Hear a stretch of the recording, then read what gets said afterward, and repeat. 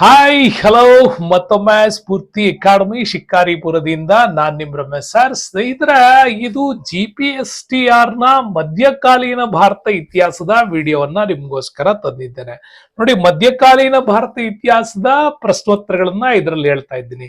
ಈಗ ಆಲ್ರೆಡಿ ನಾನು ನಿಮ್ಗೆ ಹೇಳಿದ್ದೀನಿ, ಮೊದಲು ಈ MCQs ಗಳನ್ನ ಮೊದಲು ಅಧ್ಯಯನ ಮಾಡ್ಕೊಳ್ಳಿ. ಆ ನಂತರ ನಿಮ್ಗೆ ಫುಲ್ ಡೀಟೈಲ್ ನ GPSTR HSTR ನ ವಿಡಿಯೋಗಳು ಬರುತ್ತೆ. ನಿಮ್ಮ ಗೆಲುವಿನ ಹಿಂದೆ ಇತಿಹಾಸ, ಭೂಗೋಳ, ಅರ್ಥಶಾಸ್ತ್ರದ ಜವಾಬ್ದಾರಿ ನಂದೇ ಅಂತ ಹೇಳ್ತಾ ಇದ್ದೀನಿ. ಬಹಳ ಅದ್ಭುತವಾಗಿರ್ತಕ್ಕಂಥ ವಿಡಿಯೋಗಳ ಸರಣಿ ಇದು, ಮರಿಬೇಡಿ. ಹಾಗಾಗಿ ಅತ್ಯುತ್ತಮವಾಗಿರ್ತಕ್ಕಂಥ GPSTR ನ ಈ ವಿಡಿಯೋಗಳು ನಿಮ್ಗೋಸ್ಕರ ಬರುತ್ತೆ. ಕಾಣ್ತಾ ಇರೋ QR ಕೋಡ್ ನ ಸ್ಕ್ಯಾನ್ ಮಾಡೋದನ್ನ ಮರಿಬೇಡಿ. ಯಾಕೆಂದ್ರೆ ನಿಮಗೋಸ್ಕರವಾಗಿ ಈ ಸಹಾಯ ಮಾಡ್ತಾ ಇದ್ದೀನಿ ಅಂತಂದ್ರೆ, ರಾಜ್ಯದ ಜನತೆಗೆ ಆ ಸಹಾಯ ಮಾಡಬೇಕು ಅನ್ನೋದು ಆ ಸ್ಪರ್ಧಾರ್ಥಿಗಳ ಕನಸು. ಯಶಸ್ಸಾಗ್ಬೇಕು ಅಂತಂದ್ರೆ ನೀವು ಈ ಹಿಂದೆ ಮಾಡಿರುವಂತಹ ಕೊಡುಗೆಯನ್ನ ಹಾಗೆ ಕಂಟಿನ್ಯೂ ಮಾಡಿದ್ರೆ ನಿಜವಾಗ್ಲೂ ನಿಮ್ಗೆ ಆ ಸಕ್ಸಸ್ ನ ರಾಜ್ಯಾದ್ಯಂತ ಇರೋ ಹುಡುಗರಿಗೆ ಕೊಡ್ಲಿಕ್ಕೆ ಇಚ್ಛೆ ಪಡ್ತೀನಿ. ನೋಡಿ, ಈ ಒಂದು ಅದ್ಭುತವಾಗಿರ್ತಕ್ಕಂಥ ಪ್ರಶ್ನೆಯನ್ನ ನಿಮ್ಗೆ GPSTR ಅಲ್ಲಿ ಕೇಳ್ತಾ ಬಂದಿದ್ದಾರೆ. ನೋಡಿ, ಪ್ರಶ್ನೆಗಳು ತುಂಬಾ ಸಿಂಪಲ್. ಇಲ್ಲಿ ಅರಬ್ಬರ್ ಅಂದ್ರೆ ಯಾರು, ಹಾಗೇನೆ ಟರ್ಕರ್ ಅಂದ್ರೆ ಯಾರು, ತುರ್ಕರ್ ಅಂದ್ರೆ ಯಾರು, ಅಲ್ಲಿ ಮೊಹಮ್ಮದ್ ಬಿನ್ ಖಾಸಿಂ ಹೇಗೆ ಭಾರತದ ಸಿಂಧ್ ಪ್ರಾಂತ್ಯವನ್ನ ಆಕ್ರಮಿಸ್ಬಿಟ್ಟು ಇಲ್ಲಿ ಮೊಟ್ಟ ಮೊದಲ ಬಾರಿಗೆ ಮುಸ್ಲಿಂ ದಾಳಿಗೆ ಕಾರಣಕರ್ತ ಆದ 712ರ ರೆವೂರ್ ಕದನದ ಬಗ್ಗೆ ತಿಳ್ಕತ್ತೀರಾ. ಹಂಗೇನೆ ಮುಂದೆ ಮೊಹಮ್ಮದ್ ಗಜ್ನಿ ಹೇಗೆ ಭಾರತದ ಮೇಲೆ ದಂಡಯಾತ್ರೆಯನ್ನ ಮಾಡಿಬಿಟ್ಟು ಮಥುರಾ ದೇವಾಲಯದಲ್ಲಿ ಹುಟ್ಟಿ, ಹಾಗೆ ಸೋಮನಾಥ್ ದೇವಾಲಯದಲ್ಲಿ ಹುಟ್ಟಿ, ಮುಂದೆ ಸೋಮನಾಥ್ ದೇವಾಲಯವನ್ನ ಸ್ವತಂತ್ರ ಬಂದಾಗ ಬಾಬು ರಾಜೇಂದ್ರ ಪ್ರಸಾದ್ ಅವ್ರು ಹೆಂಗ ಉದ್ಘಾಟನೆ ಮಾಡಿದ್ರು. ಆ ಮಧ್ಯೆ ಆ ದೇವಸ್ಥಾನ ಕಟ್ಟಬೇಕಾದ ಸಂದರ್ಭದಲ್ಲಿ ಜವಾಹರ್ಲಾಲ್ ನೆಹರು ವರ್ಸಸ್ ಸರ್ದಾರ್ ಪಟೇಲ್ ಅವ್ರ ನಡುವೆ ನಡೆದಂತ ಮಾತಿನ ಚಕಮಕಿ ಬಗ್ಗೆ ಇವತ್ತು ನೀವು ಲೋಕಸಭಾ ಸೆಷನ್ಸ್ ಅಲ್ಲೇ ನೋಡಿದಿರಿ ಎಷ್ಟು ವಾದ ವಿವಾದಗಳು ನಡೆದಿದೆ ಅಂತ. ಸೊ ಹಾಗೇನೆ ಕಂಟಿನ್ಯೂ ಮಾಡ್ಬಿಟ್ಟು ಮೊಹಮ್ಮದ್ ಘೋರ್ ಯಾರು, ಈ ಮೊಹಮ್ಮದ್ ಘೋರಿ ತನ್ನ ಒಂದು ಪ್ರಬಲವಾಗಿರ್ತಕ್ಕಂಥ ಸೇನಾ ನಾಯಕರನ್ನ ಭಾರತದಲ್ಲಿ ಹೆಂಗ್ ಕಳಿಸ್ತಾ, ಅದರಲ್ಲಿ ತಾಜುದ್ದೀನ್ ಎಲ್ಡೋಸ್ ಇರ್ಬೋದು, ಹಾಗೇನೆ ಕುತುಬುದ್ದೀನ್ ಐಬಕ್ ಇರ್ಬೋದು, ಬಕ್ತಿಯಾರ್ ಖಿಲ್ಜಿ ಇರ್ಬೋದು, ಈ ನಳಂದ ವಿವಿಯನ್ನ ಲೂಟಿ ಮಾಡೋದ್ರ ಜೊತೆಗೆ ಟಿಬೆಟ್ಗೆ ದಾಳಿ ಮಾಡಿ ಟಿಬೆಟ್ ನ ಬೌದ್ಧ ದೇವಾಲಯಗಳನ್ನು ಕೂಡ ಸುಟ್ಟು ಹಾಕ್ಬಿಟ್ಟು ಮುಂದೆ ನಳಂದ ವಿವಿಯನ್ನ ಕೂಡ ಸಂಪೂರ್ಣವಾಗಿ ಲೂಟಿ ಮಾಡಿದವನು ಮತ್ತು ಅದನ್ನ ಸುಟ್ಟು ಹಾಕಿದವನು ಕೂಡ ಈ ಬಕ್ತಿಯಾರ್ ಖಿಲ್ಜಿ. ಯಾರು ಇವನು ಬಕ್ತಿಯಾರ್ ಖಿಲ್ಜಿ? ಮೊಹಮ್ಮದ್ ಘೋರಿಯ ದಂಡನಾಯಕ. ಇಂಥ ಅದ್ಭುತವಾದಂತ ವಿಚಾರಗಳು ಈ ವಿಡಿಯೋದ ಕೊನೆ ತನಕನೂ ಬಹಳ ಉತ್ತಮವಾಗಿ ಸಾಗತ್ತೆ. ಮುಂದೆ ಕೊನೆಯ ಹಂತದಲ್ಲಿ ನಿಮ್ಗೆ ಶಿವಾಜಿ ಮಹಾರಾಜ್ ಅವ್ರ ಬಗ್ಗೆ ಹೇಳ್ತೀನಿ. ಶಿವಾಜಿ ಮಹಾರಾಜ್ ಅವರ ಇಬ್ಬರು ಹೆಂಡತಿಯರ ಮೊದಲನೇ ಹೆಂಡತಿಯ ಮಕ್ಕಳಾಗಿ ಹೇಗೆ ಸಂಭಾಜಿ ಮಹಾರಾಜ್ ನಂತರ ಅವರ ಮಗನಾಗಿ ಸಾಹು ಮಹಾರಾಜ್ ಅಧಿಕಾರಕ್ಕೆ ಬರ್ತಾರೆ. ಈ ಸಾಹು ಮಹಾರಾಜ್ ಅಧಿಕಾರಾವಧಿಯಲ್ಲೇ ಬಾಲಾಜಿ ವಿಶ್ವನಾಥ್ ಅವರಿಂದ ಪೇಶ್ವೆಗಳ ಆಡಳಿತ ಹೆಂಗ್ ಶುರುವಾಯ್ತೋ ಅಲ್ಲಿ 3 ಆಂಗ್ಲೋ ಮರಾಠಿ ಯುದ್ಧಗಳ ಬಗ್ಗೆ, ಮತ್ತೆ ಬಾಲಾಜಿ ವಿಶ್ವನಾಥ್, ಬಾಲಾಜಿ ಬಾಜಿರಾವ್ ಇದ್ರ ಬಗ್ಗೆನೂ ಕೂಡ ನಿಮ್ಗೆ ಉತ್ತಮ ವಿವರಗಳು ಅಲ್ಲಿ ಸಿಗ್ತವೆ. ಹಂಗೇನೆ ಶಿವಾಜಿಯವರ ಎರಡನೇ ಹೆಂಡತಿ ಸೊಹರಾಬಾಯಿ, ಇವರಿಂದ ಜನಿಸಿರ್ತಕ್ಕಂತಹ ರಾಜಾರಾಮ್ ಇರ್ಬೋದು, ಹಾಗೇನೆ ತಾರಾಬಾಯಿ ಅವರು ಆಡಳಿತ ಮಾಡಿರ್ಬೋದು. ಮುಂದೆ ಎರಡನೇ ಶಿವಾಜಿ ಕೂಡ ಆಡಳಿತ. ಹಾಗಾಗಿ ಬಹಳ ಅದ್ಭುತವಾಗಿರ್ತಕ್ಕಂಥ ಇಂಟ್ರೆಸ್ಟಿಂಗ್ ವಿಡಿಯೋ, ಕೊನೆ ತನಕ ನೋಡಿ. ಆದ್ರೆ ವೆರಿ ಹಾರಿಬಲ್ ಮ್ಯಾಟರ್ ಏನ್ ಗೊತ್ತಾ, GPSTR ಇದುವರೆಗೂ ನಡೆದಿರತಕ್ಕಂಥ ಪರೀಕ್ಷೆಗಳಲ್ಲಿ ಮೊಘಲರ ಬಗ್ಗೆ ಪ್ರಶ್ನೆಗಳೇ ಕೇಳಿಲ್ಲ ಅನ್ನೋದು ಆಶ್ಚರ್ಯ ಆಗತ್ತೆ. ಆದ್ರೂ ಕೂಡ ತೊಂದರೆ ಇಲ್ಲ, ಈ ಬಾರಿ ಅದನ್ನೇ ಕಾನ್ಸಂಟ್ರೇಟ್ ಮಾಡಿ ಅದ್ಭುತವಾಗಿ ಈ ಪ್ರಶ್ನೆಗಳ ಸರಣಿಯನ್ನು ನೋಡೋಣ. MCQ ಸಾಲು ಆದ್ಮೇಲೆ ನಿಮ್ಗೆ ಫುಲ್ ಡೀಟೇಲ್ ಚಾಪ್ಟರ್ ಗಳನ್ನ ನಾನು ನಿಮ್ ಮುಂದೆ ತರ್ತೀನಿ. ಅಲ್ಲಿಯವರೆಗೂ ಈ ವಿಡಿಯೋನ ಕಂಟಿನ್ಯೂಟಿಯನ್ನು ನೋಡೋಣ. ಬನ್ನಿ, ಮೊದಲ ಪ್ರಶ್ನೆ ಬಗ್ಗೆ ಏನಿದೆ ಅಂತೇಳಿ ತಿಳಿತಾ ಹೋಗೋಣ. ಸ್ನೇಹಿತರೆ, ವೆರಿ ಇಂಪಾರ್ಟೆಂಟ್ ಆಗಿರ್ತಕ್ಕಂಥ ಟಾರ್ಗೆಟ್ GPSTR ಡಿಪಾರ್ಟ್ಮೆಂಟ್ ಅಲ್ಲಿ ಇವತ್ತು ನೀವು ನೋಡ್ತಾ ಇರ್ತಕ್ಕಂಥದ್ದು ಬಹಳ ಅತ್ಯುತ್ತಮವಾಗಿರ್ತಕ್ಕಂಥ ವಿಡಿಯೋ ಇದು. ಯಾಕಂದ್ರೆ ಟಾರ್ಗೆಟ್ GPSTR ಹಿಸ್ಟ್ರಿ ಪಾಠವನ್ನ ನಾವು ಮಾಡ್ತಾ ಇದ್ದೀವಿ. ಇವತ್ತು ಮಧ್ಯಕಾಲೀನ ಭಾರತದ ಇತಿಹಾಸದ ಪ್ರಶ್ನೋತ್ತರಗಳನ್ನ ನೋಡೋಣ. ಈ ಹಿಂದೆ ಕೊಟ್ಟಿರ್ತಕ್ಕಂಥ ಪ್ರಶ್ನೋತ್ತರಗಳನ್ನ ಒಮ್ಮೆ ಗಮನಿಸ್ಬಿಡಿ. ಆ ನಂತರ ಫುಲ್ ಡೀಟೇಲ್ ಆಗಿ ನಿಮ್ಗೆ ಇದರ 2.0 ವಿಡಿಯೋಗಳು ಕೂಡ ಜಾರಿಯಲ್ಲಿ ಬರ್ತವೆ. ಮರಿಬೇಡಿ, ನಮ್ಮ QR ಕೋಡ್ ನ ಸ್ಕ್ಯಾನ್ ಮಾಡಿ. ನೆಕ್ಸ್ಟ್ ಬರೋಣ. ಪ್ರಶ್ನೆ ಈ ರೀತಿ ಕೇಳಿದಾರೆ ನೋಡಿ. ಪ್ರಶ್ನೆ ಏನಿದೆ ಅಂತಂದ್ರೆ, ಭಾರತದ ಮೇಲೆ ದಾಳಿ ಮಾಡಿದ ಮೊದಲ ಮುಸ್ಲಿಂ ದೊರೆ ಯಾರು ಅಂತ ಕೇಳಿದ್ದಾರೆ. ಭಾರತ ಮೇಲೆ ದಾಳಿ ಮಾಡಿದ ಮೊದಲ ಮುಸ್ಲಿಂ ದೊರೆ ಮೊಹಮ್ಮದ್ ಬಿನ್ ಕಾಸಿಂ ಈತ. ಓಕೆ, ಮೊಹಮ್ಮದ್ ಬಿನ್ ಕಾಸಿಂ ಆದ್ಮೇಲೆ ಬರೋದು ಮೊಹಮ್ಮದ್ ಗಜ್ನಿ ಬರ್ತಾನೆ. ಮೊಹಮ್ಮದ್ ಗಜ್ನಿ ಆದ್ಮೇಲೆ 3ನೇ ಅವನಾಗಿ ಬರೋದು ಮೊಹಮ್ಮದ್ ಗೋರಿ. ಅದಾದ ನಂತರ 4ನೇಯವನು ಅಂತಂದ್ರೆ ಅದೇ ಕುತುಬ್ ಉದ್ದೀನ್ ಐಬಕ್ ಬರ್ತಾನೆ. ಓಕೆ, ಕುತುಬ್ ಉದ್ದೀನ್ ಐಬಕ್ ಕೂಡ ಬರ್ತಾನೆ, ಈ ಗಜ್ನಿಯ ಒಬ್ಬ ನಿಷ್ಠಾವಂತ ಗುಲಾಮ. ಅಲ್ಲಿಂದ ನಂತರ ಬರೋದು ನಮ್ಗೆ ಬಾಬರ್ ಬರ್ತಾನೆ. ಸೊ ಓಕೆ, ಕುತುಬುದ್ದೀನ್ ಐಬಕ್ ಇಂದ ದೆಹಲಿ ಸುಲ್ತಾನರು ಸ್ಥಾಪನೆ ಆಗ್ತಾರೆ, ಬಾಬರ್ ಇಂದ ಮೊಘಲರ ಸಾಮ್ರಾಜ್ಯ ಸ್ಥಾಪನೆ ಆಗುತ್ತೆ.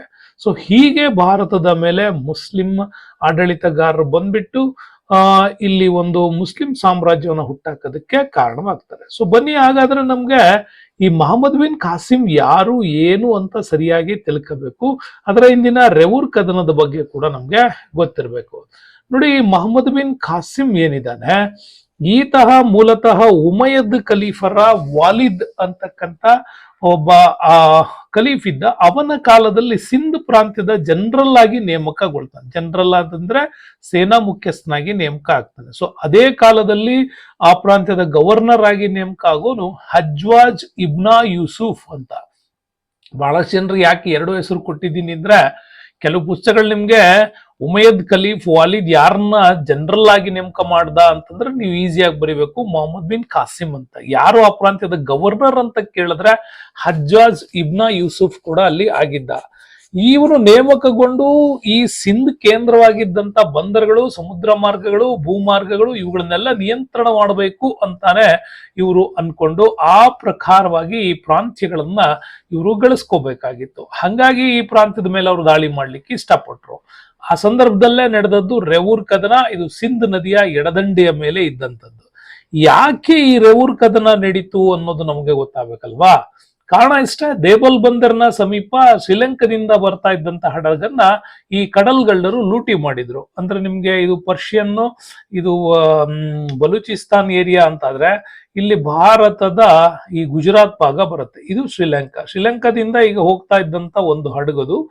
ಈ ಒಂದು ಬಲೂಚಿಸ್ತಾನ್ ಏರಿಯಾ ಏನಿದೆ, ಇಲ್ಲಿ ಕರಾಚಿ ಪೋರ್ಟ್ ಬರುತ್ತೆ. ಈ ಭಾಗದಲ್ಲಿ ಆ ಒಂದು ಹಡಗನ್ನ ಲೂಟಿ ಮಾಡಲಾಯ್ತು. ಸೊ ಆ ಲೂಟಿ ಮಾಡಿದ ಪ್ರಕರಣದಲ್ಲಿ ದಾಹಿರ್ನ ಕೈವಾಡ ಇದೆ ಅಂತೇಳಿ ಈ ಉಮಯದ್ ಖಲೀಫ್ ಅವರು ಅದನ್ನ ಅನ್ಕೊಳ್ತಾರೆ. ಹಂಗಾಗಿ ಉಮಯದ್ ಖಲೀಫ್ ಏನ್ ಮಾಡಿದ, ದಾಹಿರ್ಗೆ ಹೇಳ್ದ, ನೀವು ಆ ಒಂದು ಹಡಗುಗಳನ್ನ ನಮ್ಮ ತಲ್ಲಿರ್ತಕ್ಕಂಥ ಸಾಮಾನುಗಳು, ವಸ್ತುಗಳಿಂದ ನಮ್ಗೆ ವಾಪಸ್ ಕೊಡ್ಬೇಕು ಅಂತ.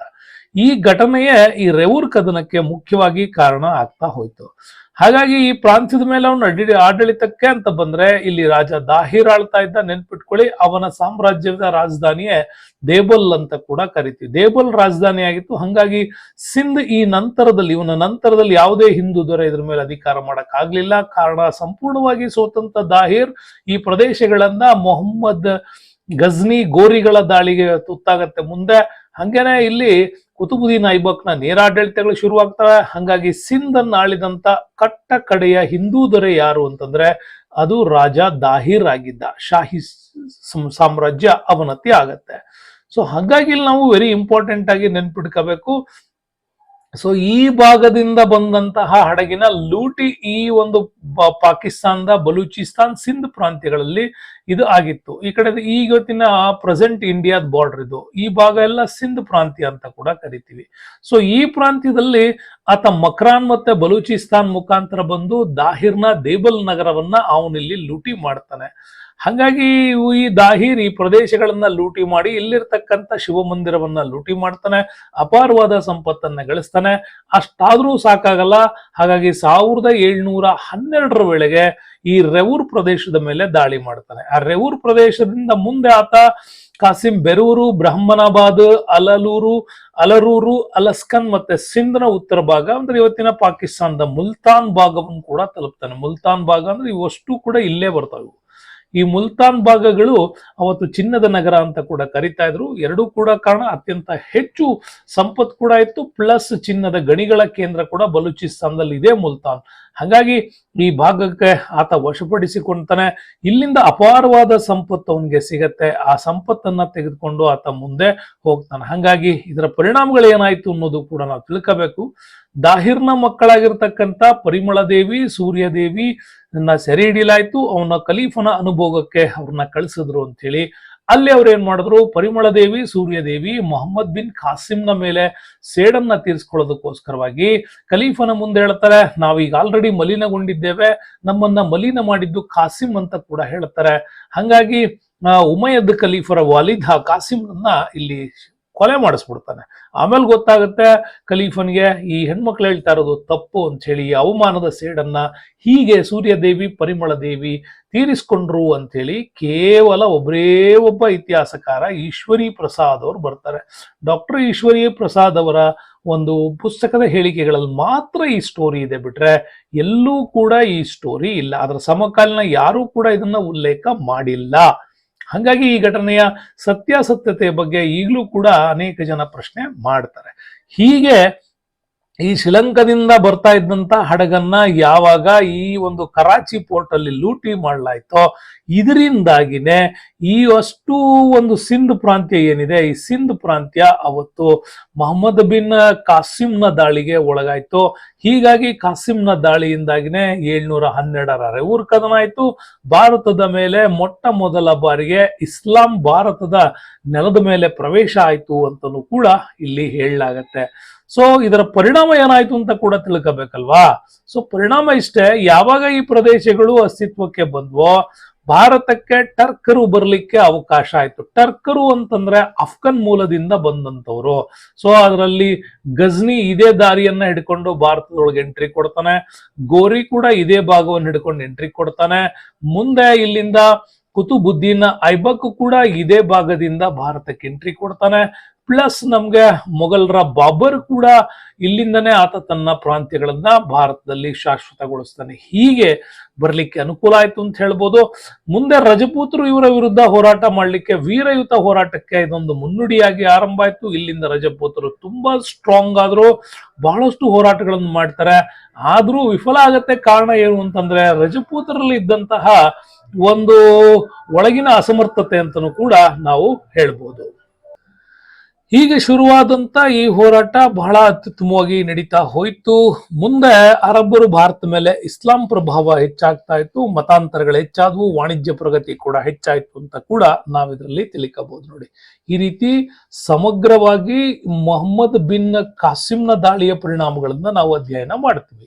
ಸೊ ನೆಕ್ಸ್ಟ್ ಏನ್ ಕೇಳಿದ್ದಾರೆ GPSTR ಅಲ್ಲಿ, ನೆಕ್ಸ್ಟ್ ಪ್ರಶ್ನೆ ನೋಡಿ, ಇದು ಇಂಪಾರ್ಟೆಂಟ್ ಆಗಿರ್ತಕ್ಕಂಥ ಪ್ರಶ್ನೆಗಳೇ ನೋಡಿ. ಮುಸಲ್ಮಾನರ ಆಳ್ವಿಕೆಗೆ ತಳಹದಿಯನ್ನ ಹಾಕಿದವರು ಯಾರು? ಮುಸಲ್ಮಾನರ ಆಳ್ವಿಕೆಗೆ ಭಾರತದಲ್ಲಿ ತಳಹದಿಯನ್ನ ಹಾಕಿದವರು ಮೊಹಮ್ಮದ್ ಗೋರಿ.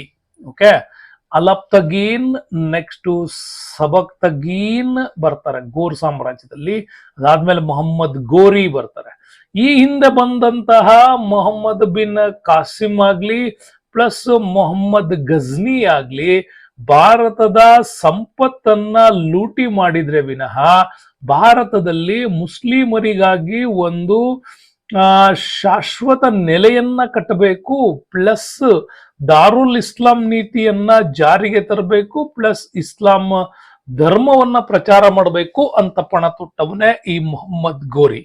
ಹಾಗಾಗಿ ಭಾರತದಲ್ಲಿ ಮುಸಲ್ಮಾನರ ಆಳ್ವಿಕೆಗೆ ತಳಹದಿಯನ್ನ ಹಾಕಿದವರು ಮೊಹಮ್ಮದ್ ಗೋರಿ. ಹಾಗಾಗಿ ಅಲಪ್ತಗೀನ್ ಕೂಡ ಈ ಮೊಹಮ್ಮದ್ ಗೋರಿಯ ಮೂಲದಲ್ಲಿ ಬಂದವನು. ಬಾಬರ್ ಗೊತ್ತಲ್ಲ ನಿಮ್ಗೆ, ಬಾಬರ್ ಮೊಘಲ್ ಸಾಮ್ರಾಜ್ಯದ ಸ್ಥಾಪಕ.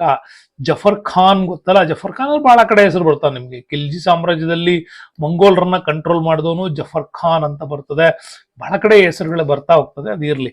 ಸೊ ನೆಕ್ಸ್ಟ್ ನೋಡ, ಇದ್ರ ಬಗ್ಗೆನೂ ಕೂಡ ನೀವು ಫುಲ್ ಡೀಟೇಲ್ ಆಗಿ ತಿಳ್ಕೋಬೇಕು.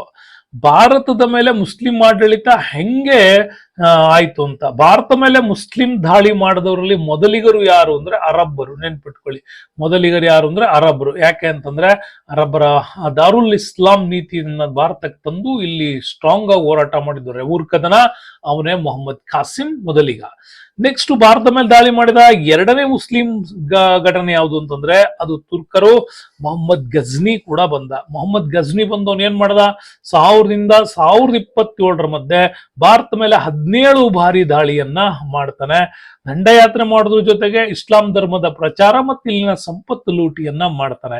ಆದ್ರೆ ಭಾರತದಲ್ಲಿ ಶಾಶ್ವತವಾಗಿ ಮುಸ್ಲಿಂ ಆಳ್ವಿಕೆಯನ್ನ ಸ್ಥಾಪಿಸಿದವರು ಯಾರು ಅಂದ್ರೆ ಟರ್ಕರು. ನೆನ್ಪಿಡ್ಕೊಡಿ, ಅರಬ್ಬರು, ತುರ್ಕರು, ಟರ್ಕರು, 3 ಕಂಟಿನ್ಯೂಸ್ ಆಗಿ ಬರ್ತಾರೆ ಇವರು. ಅರಬ್ಬರು ಆದ್ಮೇಲೆ ತುರ್ಕರು ಆದ್ಮೇಲೆ ಟರ್ಕರು. ಮೊಹಮ್ಮದ್ ಗಜ್ನಿ ತುರ್ಕ್ ಅವನು, ಮೊಹಮ್ಮದ್ ಗೋರಿ ಟರ್ಕ್ ಇವನು. ಮೊಹಮ್ಮದ್ ಬಿನ್ ಕಾಸಿಂ ಯಾರು, ಆತ ಅರಬ್.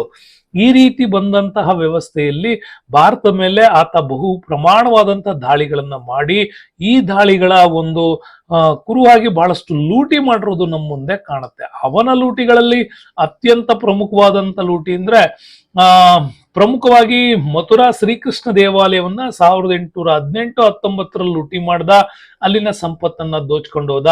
ಅದಾದ್ಮೇಲೆ 1025-26 ಇವೆರಡು ಅತ್ಯಂತ ಪ್ರಮುಖವಾದಂತಹ ಲೂಟಿ ಅಂತಾನೆ ಕರೀತಾರೆ. ಹಂಗಾಗಿ 25-26ರಲ್ಲಿ ಸೋಮನಾಥ್ ಮಂದಿರದ ಮೇಲೆ ದಾಳಿ ಮಾಡಿಬಿಟ್ಟು ಇಲ್ಲಿನ ಶಿವಲಿಂಗವನ್ನ ನಾಶ ಮಾಡ್ದ. ಯಾಕೆ ಇವರು ಈ ಮೂರ್ತಿಗಳನ್ನ ನಾಶ ಮಾಡ್ತಾ ಇದ್ರು ಅಂತಂದ್ರೆ, ಅವರು ತಮ್ಮ ಹೆಸರಲ್ಲಿ ಘಾಜಿ ಅನ್ನುವ ಒಂದು ಬಿರುದನ್ನ ಧರಿಸ್ಕೊತಾ ಇದ್ರು. ಘಾಜಿ ಅಂದ್ರೆ ಮೂರ್ತಿ ಭಂಜಕರು ಅಂತ ಕರಿತೀವಿ. ಇಸ್ಲಾಂನಲ್ಲಿ ಮೂರ್ತಿ ಪೂಜೆಗೆ ಅವಕಾಶ ಇಲ್ಲ. ಹಂಗಾಗಿ ಮೂರ್ತಿ ಆರಾಧಕರನ್ನ ಬಹಳಷ್ಟು ಸಂಖ್ಯೆಯಲ್ಲಿದ್ದ ಇವ್ರನ್ನ ನಾವು ತೆಗಿಬೇಕು ಅನ್ನೋದೇ ದಾರ್ ಉಲ್ ಇಸ್ಲಾಂನ ನೀತಿ ಇದು. ಓಕೆ, ದಾರ್ ಉಲ್ ಇಸ್ಲಾಂನ ನೀತಿ. ಹಂಗಾಗಿ ಖಲೀಫರು ಇವ್ರಿಗೆ ಮಾಡ್ತಿದ್ದಂತ ಬೋಧನೆಗಳ ಆಧಾರದ ಮೇಲೆ ಇವ್ರು ಈ ರೀತಿಯಲ್ಲಿ ನಡ್ಕೊಳ್ತಾ ಇದ್ರು. ಹಿಂಗಾಗಿ ಅಪಾರವಾದ ಸಂಪತ್ತನ್ನ ದೋಚ್ಬಿಟ್ಟು ತಗೊಂಡೋಗಿ ಇದನ್ನ ಹಾಳು ಮಾಡ್ತಾರೆ. ಆದ್ರೆ ಮತ್ತೆ ಭಾರತ ಸ್ವತಂತ್ರಗೊಂಡ ಮೇಲೆ 1951ರಲ್ಲಿ ಹಾಳಾಗಿದ್ದಂತಹ ಈ ಒಂದು ಸೋಮನಾಥ್ ಮಂದಿರವನ್ನ ಪುನರ್ ನಿರ್ಮಾಣ ಮಾಡಲಾಯಿತು. ಆಗ ಪುನರ್ ನಿರ್ಮಾಣ ಮಾಡಿದಾಗ ಭಾರತದ ಪ್ರಪ್ರಥಮ ರಾಷ್ಟ್ರಾಧ್ಯಕ್ಷರಾದಂತಹ ಡಾಕ್ಟರ್ ಬಾಬು ರಾಜೇಂದ್ರ ಪ್ರಸಾದ್ ಅವರು ಇದನ್ನ ಉದ್ಘಾಟನೆ ಮಾಡಿದ್ರು. ಇತ್ತೀಚೆಗೆ ಭಾರತದ ಸಂಸತ್ತಲ್ಲೂ ಕೂಡ ಇದೊಂದು ದೊಡ್ಡ ಚರ್ಚೆ ಆಗಿದೆ. ಸರ್ದಾರ್ ವಲ್ಲಭಾಯ್ ಪಟೇಲ್ ಅವ್ರಿಗೂ ಪ್ಲಸ್ ಜವಾಹರ್ಲಾಲ್ ನೆಹರು ಅವ್ರ ಮಧ್ಯೆ ಈ ಪುನರ್ ನಿರ್ಮಾಣದ ಕಾರ್ಯದಲ್ಲಾದಂತ ಗಲಾಟೆ ಮತ್ತು ಪತ್ರ ವ್ಯವಹಾರಗಳ ಬಗ್ಗೆ ನೀವು ಸದನವನ್ನ ಲೋಕಸಭೆ ಸೆಷನ್ಸ್ ಅನ್ನು ನೋಡಿದ್ರೆ ನಿಮ್ಗೆ ಅಲ್ಲಿ ಗೊತ್ತಾಗ್ತಾ ಇದೆ. ದೊಡ್ಡ ಗಲಾಟೆನೇ ಆಗೋಯ್ತು. ಅದನ್ನ ಹಾಗೆ ತಣ್ಣಗೆ ಮಾಡಿದ್ರು. ಕೊನೆಗೆ SIRಗೆ ಜಂಪ್ ಆಗಿದೆ. ಹಂಗಾಗಿ ಬಾಬು ರಾಜೇಂದ್ರ ಪ್ರಸಾದ್ ಅವರು ಈ ಮಂದಿರವನ್ನ ಉದ್ಘಾಟನೆ ಮಾಡ್ತಾರೆ. ನೋಡಿ, ಹಿಂಗಾಗಿ ಮೊದಲು ಬಂದ ಟರ್ಕರಿಂದ ಸ್ಟಾರ್ಟ್ ಆದಂತ ಈ ಒಂದು ವ್ಯವಸ್ಥೆ ಮುಂದೆ ತುರ್ಕರು ಈ ಸಾಮ್ರಾಜ್ಯದಲ್ಲಿ ಬಲವಾಗಿ ಇಸ್ಲಾಂ ಆಡಳಿತವನ್ನ ಜಾರಿಗೊಳಿಸುವಲ್ಲಿ ಗೋರಿ ಸಕ್ಸಸ್ ಆಗ್ತಾರೆ. ಸೊ ನೆಕ್ಸ್ಟ್ ಬಂದ್ರೆ ನಮ್ಗೆ ಮೊಹಮ್ಮದ್ ಗಜ್ನಿಯ ಕಾಲದಲ್ಲಿ ಬಂದಂತ ಭಾರತಕ್ಕೆ ಇತಿಹಾಸಕಾರರು ಯಾರ್ಯಾರು ಅಂತ ನೋಡ್ಕೊಳ್ಳಿ. ಇವರು ಫಸ್ಟ್ ಭಾರತದ ಇತಿಹಾಸವನ್ನು ನಾವು ಈಗ ಓದ್ಕೊಳ್ತಾ ಇದ್ದೀವಿ ಅಂತಂದ್ರೆ ಅದಕ್ಕೆ ಇವ್ರು ಕಾರಣ ಆಗ್ತಾರೆ. ಒಬ್ಬ ಅಲ್ಬೆರೂನಿ ಬರ್ತಾನೆ. ಮೊಹಮ್ಮದ್ ಗಜ್ನಿಯ ದಂಡಯಾತ್ರೆಗಳ ಜೊತೆಗೆ ಬರ್ತಿದ್ದಂತ ಒಬ್ಬ ಶ್ರೇಷ್ಠ ಖಗೋಳ ಶಾಸ್ತ್ರಜ್ಞ ಅಂತಾನೆ ಕರೀಲಾಗತ್ತೆ. ಅವನು ಬರೆದಂತ ಪುಸ್ತಕನೇ ತಾರಿಕ್ ಉಲ್ ಹಿಂದ್ ಅಂತ ಬರೀತಾರೆ. ತಾರಿಕ್ ಉಲ್ ಹಿಂದ್ ಏನಿದೆ, ಭಾರತದ ಬಗ್ಗೆ ವಿವರಗಳನ್ನ ಕೊಟ್ಟಂತ ಮೊಟ್ಟ ಮೊದಲ ಪರ್ಷಿಯನ್ ಸಾಹಿತ್ಯ ಅಂತ ಕೂಡ ಕರೀತಾರೆ. ಪರ್ಷಿಯನ್ ಪುಸ್ತಕ ಅಂತಾನೂ ಕೂಡ ಕರೀತಾರೆ. ಇದೊಂದು ಶ್ರೇಷ್ಠವಾದ ಕೃತಿ. ಭಾರತದ ಬಗ್ಗೆ ಮತ್ತು ಭಾರತದ ಭೌಗೋಳಿಕ ವಿವರಗಳ ಬಗ್ಗೆ, ಸಾಮಾಜಿಕ ವಿಚಾರಗಳ ಬಗ್ಗೆ 12ನೇ ಶತಮಾನದ ಸಂಪೂರ್ಣ ವಿವರಗಳನ್ನು ಕೊಡುವಂತ ಕೃತಿ ಅಂತ ಹೇಳ್ತಾರೆ. ಹಂಗಾಗಿ ಉತ್ತರ ಭಾರತದ ಸಂಪೂರ್ಣ ಆಡಳಿತದ ವ್ಯವಹಾರಗಳು ತಾರಿಕ್ ಉಲ್ ಹಿಂದ್ ಅಂತ. ಕೆಲವು ಪುಸ್ತಕಗಳು ನಿಮ್ಗೆ ತೆಹಕೀಕ್ ಇ ಹಿಂದ್ ಅಂತ ಇರುತ್ತೆ, ಕೆಲವು ಕಡೆ ಕಿತಾಬ್ ಉಲ್ ಹಿಂದ್ ಅಂತ ಇರುತ್ತೆ, ಕಿತಾಬ್ ಇ ಹಿಂದ್ ಅಂತ ಇರುತ್ತೆ. ಇದೆಲ್ಲವೂ ಒಂದೇ. ಅದು ಅದರ ಮೂಲ ಹೆಸರು ಮಾತ್ರ ತಾರಿಕ್ ಉಲ್ ಹಿಂದ್ ಅಂತೇಳಿ ಅದು ಅಲ್ಬೆರೂನಿ ಬರೆದಿದ್ದಾನೆ. ಇನ್ನೊಬ್ಬ ಶ್ರೇಷ್ಠ ಇತಿಹಾಸಕಾರ ಬರ್ತಾನೆ, ಗೋರ್ ಜೊತೆಗೆ ಬಂದ್ಬಿಟ್ಟು ಮುಂದೆ ಈತ ಕುತುಬುದ್ದೀನ್ ಐಬಕ್ನ ಆಸ್ಥಾನದಲ್ಲಿ ಕೂಡ ಆತ ಆಶ್ರಯವನ್ನು ಪಡ್ಕೊಳ್ತಾನೆ. ಅವನೇ ಉತ್ಬಿ.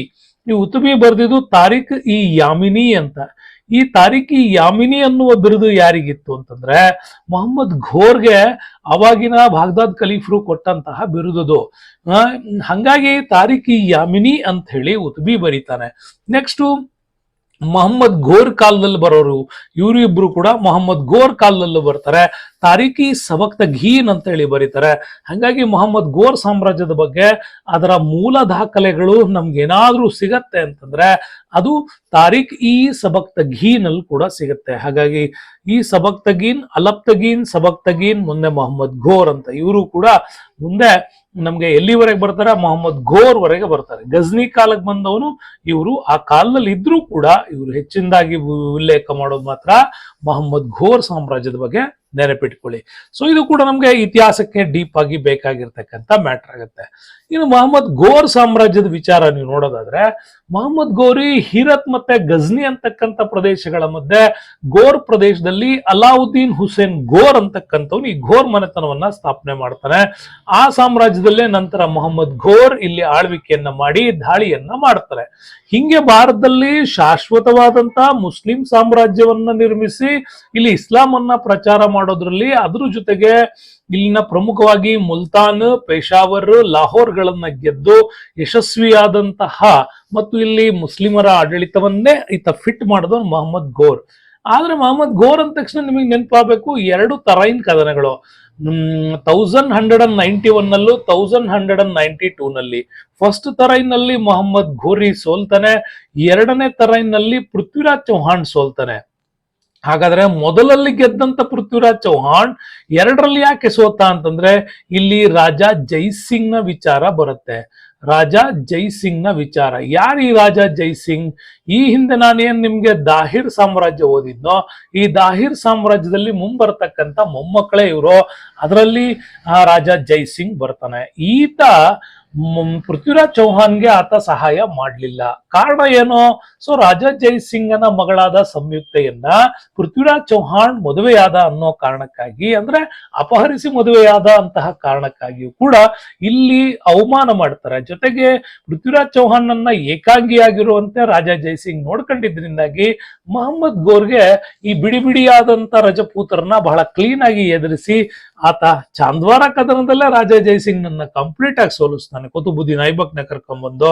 ಹಿಂಗೆ 1991-92ರಲ್ಲಿ ಪೃಥ್ವಿರಾಜ್ ಚೌಹಾಣ್ ಸೋತ್ರೆ, ಇದೇ ರಾಜ ಜೈಸಿಂಗ್ 1094ರಲ್ಲಿ ಕುತುಬುದ್ದೀನ್ ಐಬಕ್ ನಿಂದ ಸತ್ತೋಗ್ತಾನೆ ಚಾಂದ್ವಾರ ಕದನದಲ್ಲಿ. ಈ ಮೂಲಕ ಐಬಕ್ನ ಪರಿಚಯ ಕೂಡ ಭಾರತಕ್ಕಾಗತ್ತೆ. ಮುಂದೆ 1197ರಲ್ಲಿ ಬಂಗಾಳ ಬಿಹಾರ್ಗಳ ಮೇಲೆ ದಾಳಿ ಮಾಡ್ಲಿಕ್ಕೆ ಬಕ್ತಿಯಾರ್ ಖಿಲ್ಜಿ ಬರ್ತಾನೆ. ಹಂಗಾಗಿ ಈ ಸಂದರ್ಭದಲ್ಲೇ ನಿಮಗೆ ಇತ್ತೀಚೆಗೆ ನಮ್ಮ KSH ಅಲ್ಲಿ ಕೂಡ ಈ ಪ್ರಶ್ನೆ ಕೇಳಿದ್ದಾರೆ, ನೆನ್ಪಿಟ್ಕೊಳ್ಳಿ. ಬಹಳ ಜನರಿಗೆ ಹೇಳಿದ್ದೆ ನಾನು. ಬಕ್ತಿಯಾರ್ ಖಿಲ್ಜಿ ಬಂಗಾಳ ಬಿಹಾರದ ಜೊತೆಗೆ ಟಿಬೆಟ್ ಮೇಲಿನ ಪ್ರದೇಶಗಳನ್ನು ಕೂಡ ದಾಳಿ ಮಾಡಿ ಕೊಲ್ತಾನೆ. ಮತ್ತು ನಮ್ಮಲ್ಲಿ ನಳಂದ ವಿವಿ ಏನಿತ್ತೋ, ಈ ನಳಂದ ವಿಶ್ವವಿದ್ಯಾಲಯದ ಒಂದು ಹಾಳು ಮಾಡಿ ಲೂಟಿ ಮಾಡಿ ಅದನ್ನು ಸುಟ್ಟು ಹಾಕಿದವನೇ ಬಕ್ತಿಯಾರ್ ಖಿಲ್ಜಿ. ಈ ಒಂದು ನಿಟ್ಟಿನಲ್ಲಿ 1097 ಟಿಬೆಟ್, ಬಿಹಾರ, ಬಂಗಾಳ, ನಳಂದ ವಿಶ್ವವಿದ್ಯಾಲಯ ಮತ್ತು ಬೌದ್ಧ ಮೂರ್ತಿಗಳ ನಾಶ ಆಗಿದ್ದು ಇವನ್ ಕಾಲದಲ್ಲಿ. ಇದನ್ನ ಕೂಡ ನೀವು ನೆನ್ಪಿಟ್ಕೊಳ್ಳಿ. ಹಂಗಾಗಿ ಸ್ನೇಹಿತರೆ, ಬಹಳ ಇಂಪಾರ್ಟೆಂಟ್ ಆಗಿರ್ತಕ್ಕಂತಹ ಈ ಪ್ರಶ್ನೆ ನಿಮ್ಗೆ ತುಂಬಾನೇ ಇಂಪಾರ್ಟೆಂಟ್ ಆಗಿ ಕಂಡು ಬರುತ್ತೆ. ಅದ್ರ ಹಿಂದೆ ಇಷ್ಟು ಡೀಪ್ ಆಗಿ ನೀವು ಇತಿಹಾಸವನ್ನ ಓದ್ಕೋಬೇಕಾಗುತ್ತೆ. ಭಾರತದಲ್ಲಿ ಮುಸಲ್ಮಾನರ ಆಳ್ವಿಕೆಗೆ ತಳದಿ ಹಾಕಿದ್ ಹೇಗೆ ಅಂತ. ಇದಷ್ಟೇ ಅಲ್ಲದೆ ಇನ್ನು 2.0 ನಿಮ್ಗೆ ಬರುತ್ತೆ ನೆಕ್ಸ್ಟ್. ಸದ್ಯಕ್ಕಿಷ್ಟು ತಿಳ್ಕೊಂಡಿರಿ. ನೆಕ್ಸ್ಟ್ ಬರೋಣ ನೋಡಿ. ದೆಹಲಿ ಸುಲ್ತಾನರ ಮೇಲೆ ಈ ಪ್ರಶ್ನೆ ಕೇಳಲಾಗಿದೆ. ಪ್ರಶ್ನೆ ಇಂಪಾರ್ಟೆಂಟ್ ಆಗಿ ನಿಮ್ಗೆ ಇಲ್ಲಿ ಬರ್ಬೋದು. ಈ ಪ್ರಶ್ನೆ ನೋಡಿ ಹೇಗಿದೆ ಅಂತೇಳಿ. ಈ ಕೆಳಗಿನ ಸಂತತಿಗಳ ಬಗ್ಗೆ ಸರಿಯಾದ ಕ್ರಮ ಯಾವುದು ಅಂತ ಸೈಯದ್, ತುಘಲಕ್, ಖಿಲ್ಜಿ, ಗುಲಾಮಿ ಅಂತ ಕೊಟ್ಟಿದ್ದಾರೆ. ನಿಮಗೆ ಗೊತ್ತಿರ್ಲಿ, ಗುಲಾಮಿ ಇದು ಫಸ್ಟ್ ರಾಜವಂಶ. ಅದಾದ್ಮೇಲೆ ಖಿಲ್ಜಿಗಳ ಆಳ್ತಾರೆ. ಇಲ್ಲಿ ಖಿಲ್ಜಿಗಳಾದ್ಮೇಲೆ ಮೂರನೇ ಅಂಶ ಅದು ತೊಗಲಕ್ಗಳ ಆಳ್ತಾರೆ. ತೊಗಲಕ್ಗಳಾದ್ಮೇಲೆ ಸೈಯದ್ ವಂಶ ಆಳುತ್ತೆ. ಸೈಯದ್ ವಂಶ ಆದ್ಮೇಲೆ 5ನೇ ರಾಜವಂಶವಾಗಿ ಯಾರು ಆಳ್ತಾರೆ? ಲುದಿ ಸಾಮ್ರಾಜ್ಯ ಆಳುತ್ತೆ. ಹಂಗಾಗಿ 4, 3, 2, 1 ಏನಿದೆ ಇದು ಸರಿಯಾದ ಕ್ರಮ ಆಗತ್ತೆ. ನೆನ್ಪಿಟ್ಕೊಳ್ಳಿ, ದೆಹಲಿ ಸುಲ್ತಾನರಲ್ಲಿ ಅತ್ಯಂತ ಪ್ರಮುಖವಾಗಿ ಬರ್ತಕ್ಕಂತಹ 5 ಸಾಮ್ರಾಜ್ಯಗಳು ಬರ್ತವೆ. ದೆಹಲಿ ಸುಲ್ತಾನರ ಸಾಮ್ರಾಜ್ಯವನ್ನು ಹುಟ್ಟಾಕಿದ್ದು ಗುಲಾಮಿ ಸಂತತಿ. ಯಾರು ಗುಲಾಮಿ ಸಂತತಿಯ ಸ್ಥಾಪಕ? ಕುತುಬುದ್ದೀನ್ ಐಬಕ್. ನೆನ್ಪಿಟ್ಕೊಳ್ಳಿ, ಕುತುಬುದ್ದೀನ್ ಐಬಕ್. ಯಾರು ಕುತುಬುದ್ದೀನ್ ಐಬಕ್? ಮೊಹಮ್ಮದ್ ಗೋರಿಯ ನಿಷ್ಠಾವಂತ ಗುಲಾಮ. ಹಂಗಾಗಿ ಕುತುಬುದ್ದೀನ್ ಐಬಕ್, ಇಲ್ತಮಶ್, ರಜಿಯಾ ಸುಲ್ತಾನ್, ಗಿಯಾಸುದ್ದೀನ್ ಬಲ್ಬನ್ ಇವರೆಲ್ಲ ಗುಲಾಮ್ ಸಂತತಿಯಲ್ಲಿ ಬರ್ತಾರೆ. 1206ರಿಂದ 1290ರವರೆಗೆ ಟೋಟಲ್ 84 ವರ್ಷ ಈ ಸಾಮ್ರಾಜ್ಯವನ್ನ ಆಳಿದಂತಹ ಕೀರ್ತಿ ಇವರಿಗೆ ಸಲ್ಲತ್ತೆ. ಎರಡನೇ ಬೃಹತ್ ಆಗಿ ಭಾರತವನ್ನ ಆಳದಂತವ್ರು ಇವರು. ಹಾಗಾಗಿ ನಂತರದಲ್ಲಿ ಖಿಲ್ಜಿ ಸಂತತಿ ಬರ್ತದೆ. ಜಲಾಲುದ್ದೀನ್ ಖಿಲ್ಜಿಯಿಂದ ಸ್ಟಾರ್ಟ್ ಆದಂತ ಈ ಸಾಮ್ರಾಜ್ಯ ಅಲಾವುದ್ದೀನ್ ಖಿಲ್ಜಿಯಿಂದ ತುಂಬಾನೇ ಉಪಯೋಗ ಬರುತ್ತೆ. ಅದ್ರ ಮಧ್ಯೆ ಅವನ ಸಂತತಿ ಅವನತಿ ಹೋಗುತ್ತೆ. ಹಂಗಾಗಿ 1390ರಿಂದ 320 ಒಂದು 30 ವರ್ಷ ಆಳಿದವರು. ಅತ್ಯಂತ ಕಡಿಮೆ ಅವಧಿ ದೆಹಲಿಯನ್ನ ಆಳಿದವರು. ಅತ್ಯಂತ ಕಡಿಮೆ ಅವಧಿಯಲ್ಲಿ ದೆಹಲಿಯನ್ನ ಆಳಿದವರು ಯಾರು ಅಂದ್ರೆ ಅದು ಖಿಲ್ಜಿ ಸುಲ್ತಾನ್ರು. ಅತ್ಯಂತ ದೀರ್ಘಾವಧಿ ಆಳಿದವರು ಯಾರು? ತೊಗಲಕ್ ಸಂತತಿ. 3 ಜನ ಆರಂಭದಲ್ಲಿ ಬಹಳ ಉತ್ತಮವಾದ ಆಡಳಿತವನ್ನ ಕೊಡ್ತಾರೆ, ಹೌದಲ್ವಾ? ಅದೇ ಗಿಯಾಸುದ್ದೀನ್ ತೊಗಲಕ್ಕು, ಫಿರೋಜ್ ಶಾ ತೊಗಲಕ್ಕು, ಮೊಹಮ್ಮದ್ ಬಿನ್ ತೊಗಲಕ್ಕು. ಈ 3 ತೊಗಲಕ್ಗಳು ತುಂಬಾ ಅದ್ಭುತವಾಗಿ ಆಳ್ತಾರೆ. ಗಿಯಾಸುದ್ದೀನ್, ಮೊಹಮ್ಮದ್ ಬಿನ್, ಆಮೇಲೆ ಫಿರೋಜ್ ಶಾ.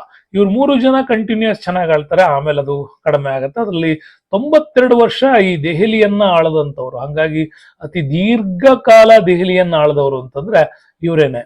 ನೆಕ್ಸ್ಟ್ ಬರೋದು ನಮ್ಗೆ ಸೈಯದ್ ಸಂತತಿ. ಸೊ ಇದ್ರ ಮಧ್ಯ ನಿಮಗೆ ನೆನ್ಪಿಡ್ಬೋದು, 12ಕ್ಕೆ ಮುಗಿದೋಗುತ್ತೆ, 14 ತನಕ ಇವ್ರು ಆಳ್ಲಿಲ್ಲ. ಇದ್ರ ಮಧ್ಯೆ ಯಾರು ಬಂದ್ರು ಇಲ್ಲಿ ಇಂಪಾರ್ಟೆಂಟ್ ನೆನ್ಪಿಟ್ಕೊಳ್ಳಿ, ಇಲ್ಲಿ ತೈಮೂರ್ ಬರ್ತಾನೆ. ತೈಮೂರ್ ಬಂದ್ಬಿಟ್ಟು ಗೋರ್ ಸಾಮ್ರಾಜ್ಯದ ಅವನತಿಯು ಕೂಡ ಅವನೇ ಕಾರಣ ಆಗೋದು. ಇಲ್ಲಿ ರಕ್ತಪಾತವನ್ನೇ ಮಾಡ್ಬಿಡ್ತಾನೆ. ಮಂಗೋಲ್ ದಾಳಿಗಿಂತನೂ ತುಂಬಾ ಸ್ಟ್ರಾಂಗ್ ಆದಂತ ಹೋರಾಟಗಾರ ಇವನು. ಹಂಗಾಗಿ ಇವನ ಆಳ್ವಿಕೆ ನಂತರ ಬರೋದೆ ಕಿಜರ್ ಖಾನ್ ಸೈಯದ್ ಅಂತೇಳಿ. ಕಿಜರ್ ಖಾನ್ ನಿಂದ ಈ ಸಂತತಿ ಆರಂಭಗೊಳ್ಳುತ್ತೆ, ಸೈಯದ್ ಸಂತತಿ. ಅಷ್ಟೇನು ಸ್ಟ್ರಾಂಗ್ ಆಗಿ ಇವ್ರದ್ದು ಯಾವುದೇ ಆಡಳಿತ ಬರಲ್ಲ ನಮ್ಗೆ. ಅದಾದ್ಮೇಲೆ ಬರೋದು ಲೋಧಿ ಸಂತತಿ. ಲೋಧಿ ಸಂತತಿಯಲ್ಲಿ 3 ಜನ ತುಂಬಾ ಚೆನ್ನಾಗಿ ಆಳ್ವಿಕೆಯನ್ನ ಮಾಡ್ತಾರೆ ಇವರು. ಬಹಲ್ಲಲ್ ಲೋಧಿ, ಅವನಾದ ನಂತರ ಸಿಕಂದರ್ ಲೋಧಿ, ಅದಾದ ನಂತರ ಇಬ್ರಾಹಿಂ ಲೋಧಿ ಆಳ್ತಾರೆ. ಇಬ್ರಾಹಿಂ ಲೋಧಿಯ ನಂತರನೇ ಇಲ್ಲಿ ಮೊಘಲರು ಅಧಿಕಾರಕ್ಕೆ ಬರ್ತಾರೆ. ಸುಮಾರು 75 ವರ್ಷ ಆಳ್ವಿಕೆ ಮಾಡ್ತಾರೆ. ಹಂಗಾಗಿ ಅತಿ ದೀರ್ಘಕಾಲ ಆಳಿದರದಲ್ಲಿ ಮೊದಲು ತೊಗಲಕ್ ಸಂತತಿ ಬರುತ್ತೆ, ಎರಡನೆಯದಾಗಿ ಗುಲಾಮಿ ಸಂತತಿ ದೆಹಲಿಯನ್ನ ಆಳಿದ್ರಲ್ಲಿ ಬರುತ್ತೆ. ಇನ್ನು 3ನೇಯವರಾಗಿ ಬರೋದೆ ಈ ಲೋಧಿ ಸಂತತಿ 3ನೇಯವರು. 4ನೇಯವರು ಸೈಯದ್ದು, 5ನೇಯವರು ಖಿಲ್ಜಿ. ಹೀಗೆ ನಿಮ್ಗೆ ಕ್ರಾನಲಾಜಿಕಲ್ ಆರ್ಡರ್ ಅಲ್ಲಿ ಬರುತ್ತೆ. ಆದ್ರೆ ಇಲ್ಲಿ ನೆನ್ಪಿಟ್ಕೊಳ್ಳಿ, ಸಿಕಂದರ್ ಲೂದಿ ಮಥುರಾ ಶ್ರೀಕೃಷ್ಣ ದೇವಾಲಯವನ್ನ ಲೂಟಿ ಮಾಡಿನೇ ಈ ಸಿಕಂದರ್ ಲೂದಿ ಕಟ್ಟಿದ್ದು ಆಗ್ರಾ ನಗರ. ಈ ಆಗ್ರಾ ನಗರ ಮುಂದೆ ಮೊಘಲರಿಗೆ ಬಹಳ ಫೇಮಸ್ ಆಗಿರ್ತಕ್ಕಂಥ ಸಿಟಿಯಾಗಿ ಕನ್ವರ್ಟ್ ಆಗತ್ತೆ. ಅದೇ ಇಬ್ರಾಹಿಂ ಲೂದಿಯ ಕಾಲಕ್ಕೆ ಅಲ್ಲ ಮುಂದೆ ಬರ್ತದೆ. ದಿಲಾವರ್ ಖಾನ್ ಇರ್ಬೋದು, ಜಫರ್ ಖಾನ್ ಅಂತವ್ರು ಇರ್ಬೋದು, ಅವರೆಲ್ಲರೂ ಕೂಡ ಈ ಇಬ್ರಾಹಿಂ ಲೋಧಿಯ ವಿರುದ್ಧ ಬಾಬರ್ನನ್ನ ಕರೀತಾರೆ.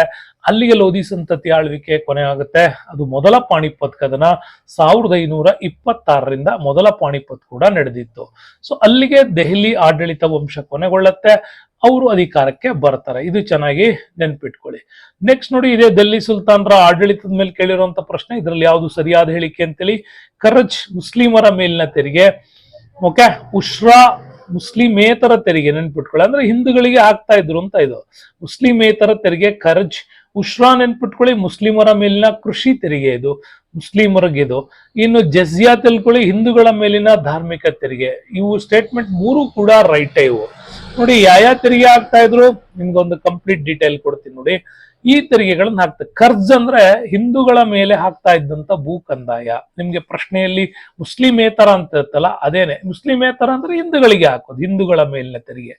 ಉಶ್ರ ಅಂತಂದ್ರೆ ಇದು ಮುಸ್ಲಿಮರ ಮೇಲಿನ ಭೂ ಕಂದಾಯ. ನೋಡಿ, ಹಿಂದೂಗಳ ಮೇಲಿನ ಭೂ ಕಂದಾಯಕ್ಕೆ ಕರ್ಜ್ ಅಂತೀವಿ, ಮುಸ್ಲಿಮರ ಮೇಲಿನ ಭೂ ಕಂದಾಯಕ್ಕೆ ಉಶ್ರ ಅಂತ ಕರಿತೀವಿ. ಹಂಗಾರೆ ಕಮ್ಸ್ ಅಂದ್ರೆ ಏನು? ಕಮ್ಸ್ ಅಂತಂದ್ರೆ ಯುದ್ಧ ಕಾಲದಲ್ಲಿ ಲೂಟಿ ಮಾಡಿದ ಸಂಪತ್ತಿಗೆ ಹಾಕ್ತಾ ಇದ್ದಂತ ತೆರಿಗೆ. ಜಕಾತ್ ಅಂದ್ರೇನು? ಮುಸ್ಲಿಮರ ಧಾರ್ಮಿಕ ತೆರಿಗೆ ಇದು. ಹಿಂದೂಗಳ ಧಾರ್ಮಿಕ ತೆರಿಗೆ ಯಾವುದು? ಜಜಿಯಾ ತಲೆಗಂದಾಯ ಪ್ಲಸ್ ಯಾತ್ರಾ ತೆರಿಗೆ. ನೋಡಿ, ಮುಸ್ಲಿಮರಿಗೂ ಧಾರ್ಮಿಕ ತೆರಿಗೆ ಇತ್ತು, ಅದು ಬಹಳ ಕಡಿಮೆ, 1/10 ಅಷ್ಟು ಹಾಕ್ತಾ ಇದ್ರು. ಆದ್ರೆ ಹಿಂದೂಗಳ ಮೇಲಿನ ತಲೆಗಂದಾಯ ಜಾಸ್ತಿನೇ ಇರ್ತಾ ಇತ್ತದು. ಬಹಳ ಕಡೆ ಇದು ಜಾಸ್ತಿನೇ ಇಲ್ಲಿ ನಮ್ಗೆ ತೋರಿಸ್ತಾ ಹೋಗಿದ್ದಾರೆ. 1/6 ಪಾರ್ಟ್ ಅಂತಾರೆ, ಅಥವಾ 6/10 ಅಂತಾರೆ. ಹಿಂಗೆ ಇದರ ತಲೆಗಂದಾಯ ಮತ್ತು ಯಾತ್ರಾ ತೆರಿಗೆ ಆಗುತ್ತೆ. ಇನ್ನು ಘರಿ ಅಂದ್ರೆ ಮನೆಗಂದಾಯ, ಚರಾಯಿ ಅಂದ್ರೆ ಹಸುಗಳ ಮೇಲಿನ ತೆರಿಗೆ. ಇದ್ರ ಜೊತೆಗೆ ಗೋಮಾಳದ ಮೇಲೆ ವೃತ್ತಿ ತೆರಿಗೆ, ಗಣಿ ತೆರಿಗೆ, ಆಮದು ರಫ್ತು ತೆರಿಗೆ, ಈ ಎಲ್ಲ ತೆರಿಗೆಗಳನ್ನ ಹಾಕಿ ಅಪಾರ ಪ್ರಮಾಣದ ಹಣವನ್ನ ಕೇಂದ್ರಕ್ಕೆ ಇವರು ತರ್ಸ್ಕೊಳ್ತಾ ಇದ್ರು. ಹಾಗೆ ತರ್ಸ್ಕೊಂಡ್ಬಿಟ್ಟು ಮುಂದೆ ಇಡೀ ದೆಹಲಿಯನ್ನ ರಾಜಧಾನಿಯನ್ನಾಗಿ ಮಾಡ್ಕೊಂಡು ಆಡಳಿತವನ್ನ ಇವರು ಕೊಟ್ಟಿದ್ದಾರೆ. ಹಿಂಗೆ ಮುಸ್ಲಿಮರ ಅಂದ್ರೆ ದೆಹಲಿ ಸುಲ್ತಾನರ ಆಡಳಿತದಲ್ಲಿ ಈ ತೆರಿಗೆಗಳು ತುಂಬಾನೇ ಇಂಪಾರ್ಟೆಂಟ್ ಆಗುತ್ತೆ. ಕರ್ಜ್ ಅಂದ್ರೆ ಹಿಂದೂಗಳ ಭೂಕಂದಾಯ, ಉಶ್ರ್ ಅಂದ್ರೆ ಮುಸ್ಲಿಮರ ಭೂಕಂದಾಯ, ಜಕಾತ್ ಅಂದ್ರೆ ಮುಸ್ಲಿಮರ ಧಾರ್ಮಿಕ ತೆರಿಗೆ, ಝರಿಯಾ ಅಂದ್ರೆ ಹಿಂದೂಗಳ ತೆರಿಗೆ. ಅದ್ರ ಮಧ್ಯೆ ಕಮ್ಸ್ ಅಂದ್ರೆ ಯುದ್ಧ ಸಂದರ್ಭದಲ್ಲಿ ಲೂಟಿ ಮಾಡಿದ ಸಂಪತ್ತಿನ ತೆರಿಗೆ, ಘರಿ ಅಂದ್ರೆ ಮನೆಗಂದಾಯ, ಚರಾಯಿ ಅಂದ್ರೆ ಹಸುಗಳ ತೆರಿಗೆ. ಇವಿಷ್ಟು ಕೂಡ ನೀವು ಇಂಪಾರ್ಟೆಂಟ್ ಆಗಿ ನೆನ್ಪಿಟ್ಕೋಬೇಕಾಗತ್ತೆ. ಸೊ ನೆಕ್ಸ್ಟ್ ಕ್ವಶನ್ಗೆ ಹೋಗೋಣ. ನೋಡಿ, ಮರಾಠ ಒಕ್ಕೂಟದ ಮುಖ್ಯಸ್ಥರು ಯಾರು? ಬಹಳ ಇಂಪಾರ್ಟೆಂಟ್ ಆದಂತ ಪ್ರಶ್ನೆ. ಮರಾಠರಿಗೆ ಹೋಗಿದ್ದಾರೆ. ಮೊಘಲರ ಬಗ್ಗೆ ಪ್ರಶ್ನೆನೇ ಕೇಳಿಲ್ಲ. ಬಹಳ ಆಶ್ಚರ್ಯ ಆಗತ್ತೆ ನನಗೆ. ಇದುವರೆಗೂ ಕೂಡ GPSTR ಅಲ್ಲಿ ಮೊಘಲರ ಬಗ್ಗೆ ಪ್ರಶ್ನೆ ಬಂದಿಲ್ಲ. ಯಾಕೆಂದ್ರೆ ಅಲ್ಲಿಂದ ಇಲ್ಲಿವರೆಗೂ ಕೂಡ ನಾನು ನೋಡ್ತಾ ಇದ್ದೀನಲ್ಲ. ಸ್ನೇಹಿತರ ನೆನ್ಪಿಟ್ಕೊಳ್ಳಿ, GPSTR ನಲ್ಲಿ ಇದುವರೆಗೂ ಮೊಘಲರ ಬಗ್ಗೆ ಪ್ರಶ್ನೆ ಬಂದಿಲ್ಲ. ಅದು ಆಶ್ಚರ್ಯ ಆಗುತ್ತೆ ನನಗೆ. ಸೊ ನೆಕ್ಸ್ಟ್ ನೋಡೋಣ. ಇಲ್ಲಿ ಇಂಪಾರ್ಟೆಂಟ್ ಆಗಿ ಬಂದ್ರೆ ನೋಡಿ, ಮರಾಠ ಒಕ್ಕೂಟದ ಮುಖ್ಯಸ್ಥರು ಯಾರು ಅಂತ ಪ್ರಶ್ನೆ ಕೇಳಿದ್ದಾರೆ. ಮರಾಠ ಒಕ್ಕೂಟ ಅಂತ ಇರೋದ್ರ, ಒಕ್ಕೂಟ ಅಂದ್ರೆ 1+4 ಇತ್ತಿಲ್ಲಿ. ಓಕೆ, 1+4 ಈ ಒಕ್ಕೂಟ ಇತ್ತು. ಈ ಒಕ್ಕೂಟದ ಒಂದು ಮುಖ್ಯಸ್ಥರು ಯಾರು ಅಂತಂದ್ರೆ ಅದು ಪೇಶ್ವೆಗಳೇ ಆಗಿದ್ರು. ಸೊ ಅವ್ರ ಬಗ್ಗೆ ನೋಡೋಣ, ನಿಮ್ಗೆ ಕಂಪ್ಲೀಟ್ ಆಗಿ ಹೇಳ್ಕೊಡ್ತೀನಿ ನೋಡಿ. ಇದು ಮರಾಠರ ಫ್ಯಾಮಿಲಿ ನಿಮ್ಗೆ ಇಲ್ಲಿ ತೋರಿಸ್ತಾ ಇದ್ದೀನಿ. ಮರಾಠರು ಇದ್ದಾರೆ. ಮರಾಠರ ರಾಜಧಾನಿ ಯಾವುದು ಅಂತಂದ್ರೆ ರಾಯಗಢ. ಶಿವಾಜಿ ರಾಯಗಢವನ್ನು ರಾಜಧಾನಿ ಮಾಡ್ಕೋತಾರೆ. ಮುಂದೆ ಆ ಶಿವಾಜಿ ಮರಣಾನಂತರ ಪುಣೆ ಅದರ ಕೇಂದ್ರವಾಗತ್ತೆ. ಬಟ್ ಅದುವರೆಗೂ ಕೂಡ ರಾಯಗಢ ಮೊದಲು ಮರಾಠರ ರಾಜಧಾನಿ. ಸ್ಥಾಪಕರು ಯಾರು? ಛತ್ರಪತಿ ಶಿವಾಜಿ ಮಹಾರಾಜ್. ಓಕೆ, ಇಲ್ಲಿ ಶಾಜಿ ಭೋಸ್ಲೆ ಬರ್ತಾರೆ. ಶಾಜಿ ಭೋಸ್ಲೆ ಮೊಟ್ಟ ಮೊದಲಿನ ಇದು ಒಂದು ವ್ಯವಸ್ಥೆ. ಶಾಜಿ ಭೋಸ್ಲೆಯ ಮಗನೇ ಛತ್ರಪತಿ ಶಿವಾಜಿ. ಛತ್ರಪತಿ ಶಿವಾಜಿಗೆ ಇಬ್ರು ಹೆಂಡತಿಯರು, ಒಬ್ಳು ಸಾಯಿಬಾಯಿ ಮತ್ತೊಬ್ಳು ಸೊಹರಾಬಾಯಿ ಅಂತ. ನೋಡಿ, ಇವರಿಬ್ರು ಕೂಡ ಶಿವಾಜಿಯ ಹೆಂಡತಿಯರು. ಅದರಲ್ಲಿ ಶಿವಾಜಿಯ ಮೊದಲ ಹೆಂಡತಿಯ ಸಾಯಿಬಾಯಿಯ ಮಗನೇ ಸಂಭಾಜಿ ಮಹಾರಾಜು. ಮುಂದೆ ನಮ್ಗೆ ಸಾಹು ಮಹಾರಾಜ್ ಬರ್ತಾನೆ, ಸಂಭಾಜಿಯ ಮಗ ಸಾಹು ಮಹಾರಾಜ್. ಇವರು ಶಿವಾಜಿಯ ಮೊದಲ ಹೆಂಡತಿಯ ಸೀರೀಸ್ ಇದು. ಶಿವಾಜಿ ಎರಡನೇ ಹೆಂಡತಿ ಸೀರೀಸ್ ಯಾವುದು? ಸೊಹರಾಬಾಯಿ ಮತ್ತೆ ಶಿವಾಜಿಗೆ ಜನಿಸಿದ ಮಗನೇ ರಾಜಾರಾಮ್. ರಾಜಾರಾಮ್ನ ಮಗನೇ ಎರಡನೇ ಶಿವಾಜಿ. ಇದೇ ರಾಜಾರಾಮ್ನ ಹೆಂಡತಿಯಾಗಿಯೂ ಕೂಡ ನಮ್ಗೆ ತಾರಾಬಾಯಿ ಆಡಳಿತ ಮಾಡೋದು ಗೊತ್ತಾಗುತ್ತೆ. ಅಲ್ಲಿಗೆ ಸಂಭಾಜಿ ಮತ್ತೆ ಯಶುಬಾಯಿ ಇವರಿಬ್ಬರಿಗೆ ಜನಿಸಿದವನು ಸಾಹು ಮಹಾರಾಜು. ರಾಜಾರಾಮ್ ಮತ್ತೆ ತಾರಾಬಾಯಿಗೆ ನೆನೆಸಿದವನು ಎರಡನೇ ಶಿವಾಜಿ. ಇದು ನಿಮ್ಗೆ ಕಂಟಿನ್ಯೂಯಸ್ ಆಗಿ ಬರ್ತದೆ. ಆದ್ರೆ ಇದೇ ಸಾಹು ಮಹಾರಾಜ್ ಕಾಲದಲ್ಲೇ ಪೇಶ್ವೆಗಳು, ಅಂದ್ರೆ 1719ರಿಂದ 820ರವರೆಗೆ ಪೇಶ್ವೆಗಳು ಆಡಳಿತ ಮಾಡ್ತಾರೆ. ಸಾಹುಗ ಅವಾಗ ಒಂದು 80 ವರ್ಷ. ಹಂಗಾಗಿ ಬಾಲಾಜಿ ವಿಶ್ವನಾಥ್ ಏನಿದ್ದಾರೆ, ಇವರಿಂದ ಇಲ್ಲಿ ಪೇಶ್ವೆಗಳ ಆಡಳಿತ ಶುರುವಾಗುತ್ತೆ. ಬಹಳಷ್ಟು ಜನ ಕೇಳ್ತಾರೆ ನಮ್ಗೆ, ಸರ್ ಹಂಗಾರೆ ಪೇಶ್ವೆ ಆಡಳಿತ ಯಾವಾಗಿಂದ ಇತ್ತು ಅಂದ್ರೆ ಮೊದಲನೇ ಇತ್ತು. ಶಿವಾಜಿ ಕಾಲದಲ್ಲೂ ಪೇಶ್ವೆ ಇತ್ತು. ಪೇಶ್ವೆ ಅಂದ್ರೇನೋ? ಪ್ರಧಾನಮಂತ್ರಿ ಅಂತ ಅರ್ಥ.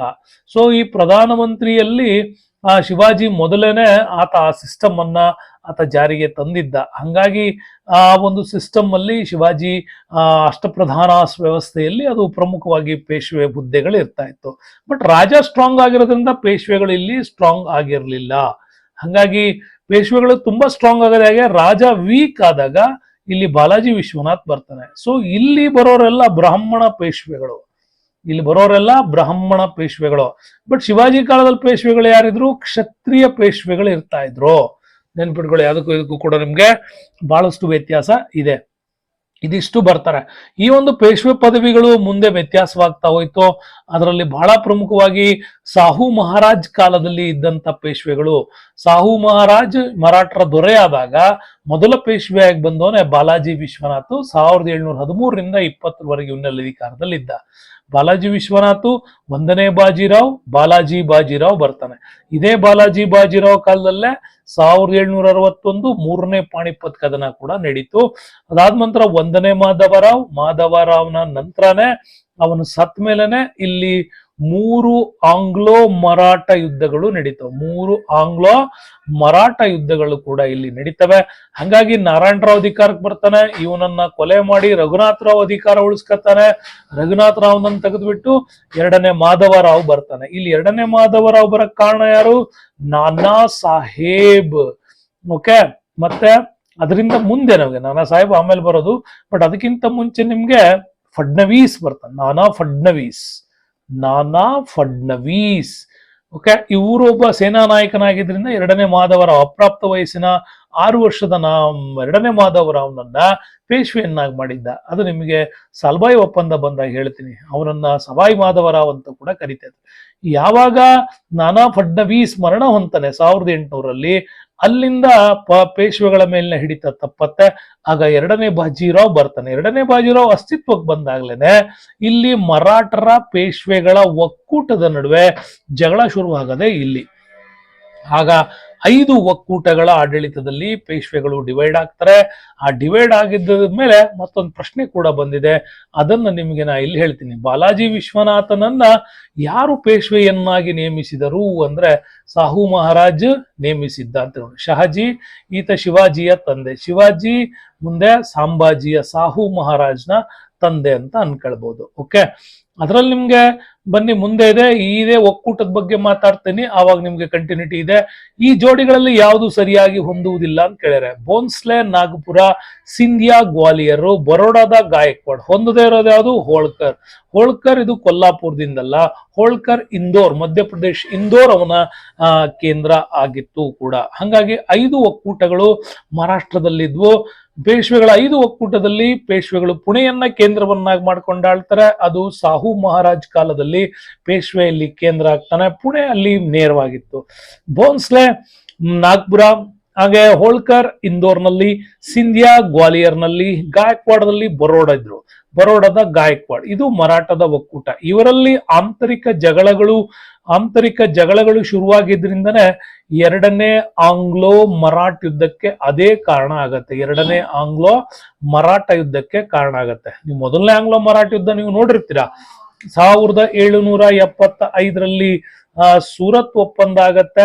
1776ರಲ್ಲಿ ಪುರಂದರ ಒಪ್ಪಂದ ಆಗುತ್ತೆ. 1782ರಲ್ಲಿ ಸಲ್ಬಾಯ್ ಒಪ್ಪಂದ ಆಗಿರುತ್ತೆ. ಬಟ್ ಎರಡನೇ ಆಂಗ್ಲೋ ಶುರುವಾಗೋದು ನಿಮ್ಗೆ 1802 ಮತ್ತೆ 5ರಲ್ಲಿ ನಿಮ್ಗೆ ಇಂಪಾರ್ಟೆಂಟ್. 2ರಲ್ಲಿ ನಿಮ್ಗೆ ಒಪ್ಪಂದಗಳು ಶುರುವಾದಾಗ ಎರಡನೇ ಬಾಜಿರಾವ್ ಇಲ್ಲಿ ಸಹಾಯಕ ಸೈನ್ಯ ಪದ್ಧತಿಗೆ ಒಪ್ಕೊಂಡಿದ್ದ. ಯಾವ ಒಪ್ಪಂದ? ಬೆಸ್ಸಿನ್ ಒಪ್ಪಂದ ಅಂತ ಕರಿತೀವಿ. ಇದರಲ್ಲಿ ಒಪ್ಕೊಂಡಿದ್ರಿಂದಾಗಿ ಮರಾಠ ಒಕ್ಕೂಟದಲ್ಲಿ ಬಿರುಕು ಶುರುವಾಗುತ್ತೆ. ಮುಂದೆ ಹೋರಾಟಗಳು ನಡೀತು.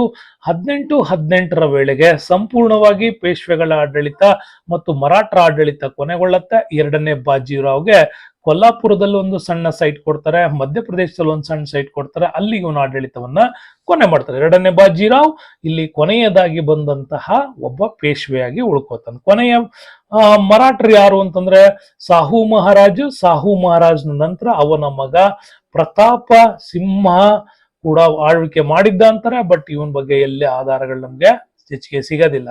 ಸಾಹುನೇ ಕೊನೆಯದಾಗಿ ನೋಡ್ತೀವಿ. ಇಂಥ ಅದ್ಭುತವಾಗಿರ್ತಕ್ಕಂಥ ವಿಚಾರಗಳು ನಿಮ್ಗೆ ಟಾರ್ಗೆಟ್ GPSTR ಅಲ್ಲಿ ಈ ತರದ ಇಷ್ಟು ಪ್ರಶ್ನೆಗಳು ಕೂಡ ಬಂದಿದೆ ಸ್ನೇಹಿತರೆ. ಮರಿಬೇಡಿ, 2015ರಿಂದ 19ರವರೆಗೆ ಕೇಳಿದ್ದಾರೆ ಇವಿಷ್ಟು ಪ್ರಶ್ನೆಗಳು. ಅದಕ್ಕೋಸ್ಕರ ಮತ್ತೆ ಇನ್ನು ಡೀಟೇಲ್ ಹಿಸ್ಟ್ರಿ ಕೂಡ ನಿಮ್ಗೆ ಬರುತ್ತೆ. ಅಲ್ಲಿವರೆಗೂ stay with us. Ramesh, thank you, bye.